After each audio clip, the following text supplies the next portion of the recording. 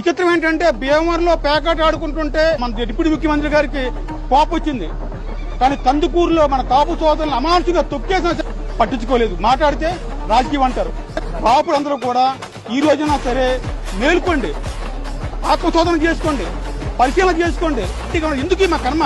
మన బీసీ రావలేదు, ఉద్యోగాలు లేవు, ఏమీ రాలేదు, ఇలాగే ఉన్నాం, మన ఆస్తి తగలేసుకుంటున్నాం. ఎవరు నాయకుడు పవన్ కళ్యాణ్ ముఖ్యమంత్రి అవుతారని చెప్పి ధైర్యం అవన్నీ కాదు. 15 సంవత్సరాలు చంద్రబాబు నాయుడు గారు ఉంటారట. ఇంకెందుకంటే మనకి రాజ్యాధికారం, ఇంకెందుకు మనకి రాజకీయం? మనందరూ ఎక్కడి నుంచి సరే కాపులు ధర్మం పెడతారు. మీ అందరికీ అయ్యా ఈ రాజకీయాలు మానేయండి. మన పిల్లలు నచ్చిపోతారు, డబ్బులు నచ్చిపోతున్నాం. మనం శుభ్రంగా మన పనులు చేసుకుంటూ, మన నచ్చిన పార్టీ పోటీ చేసుకుంటూ, మన తాలూకు అవసరం ఉండి మనతో ఉండే పార్టీకి ఓటేద్దాం, మన కాపులు సత్తా చూపిద్దాం. దయచేసి ఈ మాయమాటలు చెప్పి మన ఓట్లతో, మన రక్తంతో, మన డబ్బుతో రాజకీయం చేసే వాళ్ళని నమ్మొద్దని చెప్పి మనం చేసుకుంటున్నాం.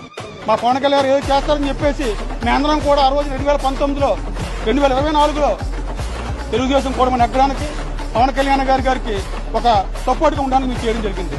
కానీ ఈ రోజున మాకు జరిగింది ఏంటంటే మేము ఒంటోలు అయిపోయాం, కాపులు ఒంటోలు అయిపోయాం. మాకెవరు దిక్కు లేదు. ప్రతి ఓడి మా మీద కొడుతున్నాడు. ఈ రోజు మమ్మల్ని కారులతో పిచ్చారు, చంపేసినా సరే అడిగేవాళ్ళు లేడు.